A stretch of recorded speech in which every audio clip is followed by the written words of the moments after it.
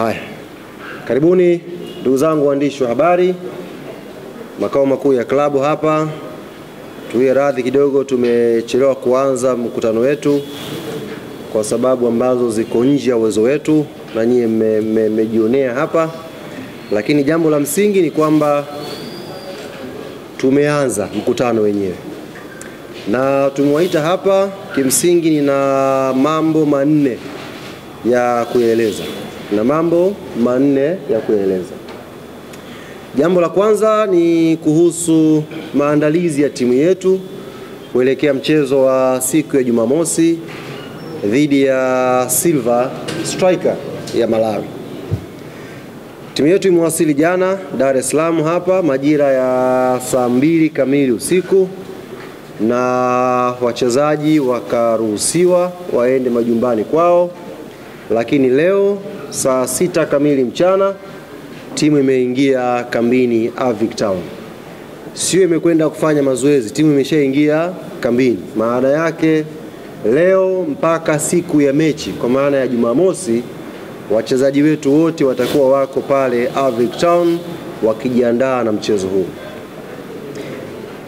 Habari ya Clement Mzize tumeshaitoa hii kupitia application yetu Africans. Clement Mzize tayari ameimarika 100% na sasa itabakia kazi kwa mwalimu wetu Patrick Mabedi kujua kama anamtumia au hamtumii. Hayo ni mipango ya kiufundi sasa. Lakini kwa maana ya utimamu wake wa kimwili Clement Francis Mzize ameimarika kwa 100%.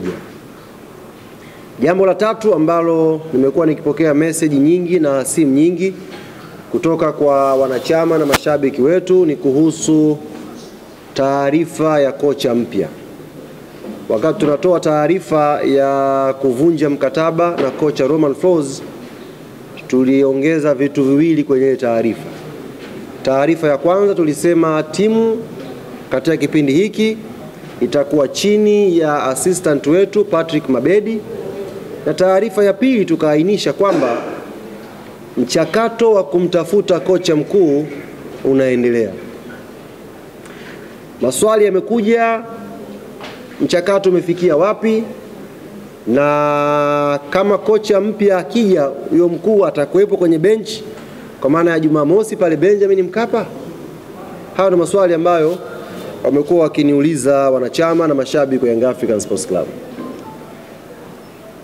Jibu lake, mchakato bado unaendelea wa kutafuta head coach wa klabu yetu Young Africans. Na kwa taarifa rasmi kutoka kwa kamati yetu tendaji ambayo inasimamia huo mchakato, ndani ya siku 3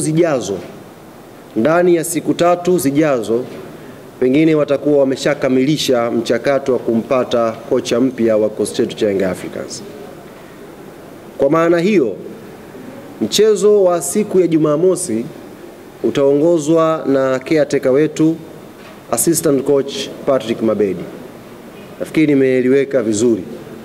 Mchakato huu unaendelea na ndani ya siku 3 zijazo baada majaliwa Mwenyezi Mungu mchakato unaweza kukamilika tukawa tumeshampata kocha wetu. CV zimetumwa nyingi sana. Kuna kazi inaendelea ya kufanya tathmini ya hizo CV na kupata kilicho bora katika hizo CV nyingi ambazo zimetumwa. Lakini mchezo wa Jumamosi kwa maana ya maandalizi ambayo yameanza leo mpaka kufikia siku ya Jumamosi, timu yetu itakuwa chini ya kocha msaidizi ambaye ndiye caretaker hapa kwa wiki hii, mwalimu wetu Patrick Mabedi. Tuna imani kubwa sana na Patrick Mabedi kwa sababu anao uzoefu wa kutosha. Mwalimu ambaye ameshakuwa kocha wa timu ya taifa ya Malawi na akacheza tournament kubwa mbalimbali akiwa na timu ya taifa ya Malawi. Tunaamini anaweza kuishi katika pressure hii, anaweza kukiongoza kikosi chetu, anaweza kutengeneza silaha za kutosha tukaenda kupata matokeo mazuri siku ya Jumamosi na Young Africans ikaqualify kwenda hatua ya makundi inshallah. Jambo la tatu katika yale manne, la pili la nne bado. Hawa wageni Silver Striker Kina Uchizi nani anaitwa? Hao kina Uchizi hao. Hawa bwana wanatarajia kuwasili nchini siku ya Alhamis na wataingia Tanzania kwa maana ya uwanja wa kimataifa pale Julius Kambarage majira ya saa 2:30 usiku. Saa 2:30 usiku siku ya Alhamis ndio siku ambayo Silver Striker wataingia Dar es Salaam Tanzania. Wakishaingia watakuwa na siku moja ya kufanya mazoezi ambayo itakuwa Ijumaa. Tutakuja kuwatangazia muda kwa sababu ni official training na waandishi mtaruhusiwa pia kwenda kuangalia mazoezi yao. Kwa hiyo nikasema niwape pia na taarifa ya hawa bwana kuja. Pengine mkahitaji kwenda kufanya coverage siku hiyo wanakuja, basi muda wanaokuja ni saa 2:30 usiku na watafanya mazoezi siku ya Ijumaa.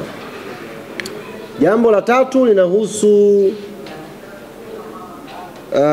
niseme ni message mbalimbali, jumbe ambazo zimekuwa zikitolewa na viongozi mbalimbali wa matawi wa klabu yetu Young Africans. Tumepokea message nyingi kutoka kwa wanachama pia wa klabu yetu Young Africans, na kwa nukta hii niwapongeze sana mashabiki na wanachama wa klabu yetu ambao walisafiri kutoka Dar es Salaam Tanzania kuelekewa Malawi, tena Lilongwe, kwa ajili ya kuisupport timu yetu. Niwapongeze sana, na limekuwa jambo zuri pale Lilongwe. Bahati mbaya hatujapata matokeo mazuri, ndio bahati mbaya, lakini mashabiki wa Young Africans waliplay part yao 100%. Wale wa Malawi walisema ndio kwa mara ya kwanza wameshuhudia timu ngeni ikiwa na idadi kubwa ya mashabiki katika level ya vilabu, katika level ya timu ya taifa. Hawajawahi kushuhudia wingi ule uwanjani. Kwa maana yake mashabiki na wanachama klabu yetu Young Africans walifanya jukumu lao kwa 100%. Bahati mbaya tu rehema siku ile ya ushindi haikuwa upande wetu, na ndio maana hakuna hata mmoja katika nyinyi waandishi mliokuja hapa ambaye hata amegusia hilo jambo na kuwapongeza mashabiki wa Yanga kwa kujitoa tena kusafiri kuelekea Malawi kuisupport timu yao. Bahati mbaya tu uzuri wa lile tukio umefichwa na matokeo. Tumekosa matokeo na kila mmoja akaanza kujadili kuhusu mchezo, tukasahau kutoa credit kwa hawa watu ambao wamesafiri. Lakini pia kuna waandishi wa habari ambao tulisafiri kwenda Malawi, niwapongeze sana. Mmepitia changamoto nyingi njiani, taarifa nilikuwa nazipata, niwape pole, lakini ndio kazi hiyo. Ndio kazi yenyewe hiyo. Kwa hiyo tunashukuru Mungu wote mmerudi salama na majukumu mengine yanaendelea. Hapo sasa kwa wanachama nilikuwa nawaambia tumepokea message nyingi sana, jumbe mbalimbali, na zote zilikuwa zinaelekeza ombi maalum la wanachama na mashabiki wa klabu yetu kwenda kwa kamati tendaji ya Young African Sports Club. Tumeona message ya mratibu wa mkoa wa Dar es Salaam, mzee wetu Shabani. Tumesikia maombi ya wanachama mbalimbali ndani ya Dar es Salaam na nje ya mkoa wa Dar es Salaam wakiuomba uongozi wa Young Africans mechi ya siku ya Jumamosi itolewe viingilio. Hiyo mechi tuwakabidhi wao. Hiyo mechi tuifanye kuwa ni mechi special ya mashabiki na wanachama wa Young African Sports Club kwenda kuibeba timu yao na kuipeleka hatua ya makundi. Sasa asubuhi leo viongozi wamekutana na wamelichakata hili jambo kwa picha kubwa. Of course kama mnakumbuka tulishatangaza viingilio. Tukasema mzunguko utakuwa 5,000, VIP C itakuwa 10,000, B 20 na A ikawa 30. Na alhamdulillah mwamko ukaanza kuonekana kwamba watu wanaitaka mechi ya marudiano hapa Dar es Salaam.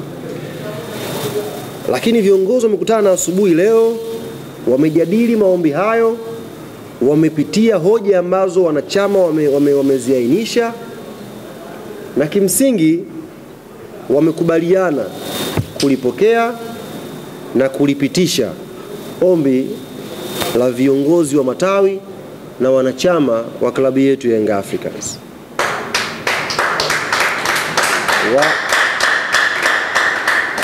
wamelipokea na wamelipitisha. Limepita kwa staili gani? Kwanza alikuwa anakuja maombi pale kama sasa tufanyeni tutoe viingilio eneo la mzunguko tu, alafu huku VIP huku watu wanunue ticket kama kawaida. Lakini baada ya mchakato ule na tathmini iliyofanyika, ikagundulika watu hawa ambao wananunuaga viingilio kwa maana VIP wanakuaga wahanga wakubwa, kwa sababu unashatoa hela yako, unafika pale unashindwa kwenda kwenye nafasi yako vizuri, na taratibu za kuingia pia zinakuwa changamoto wakati mwingine. Kwa hiyo ambacho uongozi wa klabu ya Young Africans umekubaliana, mechi hii ya Jumamosi Benjamin Mkapa dhidi ya Silver Striker, mechi hii ya maamuzi ya kuipeleka Young Africans kwenye hatua ya makundi ya CAF Champions League msimu huu, mechi hii imeondolewa viingilio majukwaa yote isipokuwa jukwaa la VIP A na jukwaa la VIP B limekuwa reserved kwa wageni ambao wataalikwa. Kwa mfano tunao wanachama wetu ambao wao wanalipa ile huduma ya Black Card shilingi milioni 1. Hawa wamepewa kipaumbele, wataketi jukwaa la VIP A. Lakini pia kuna wageni waalikwa mbalimbali ambao majukwaa hayo yamekuwa reserved.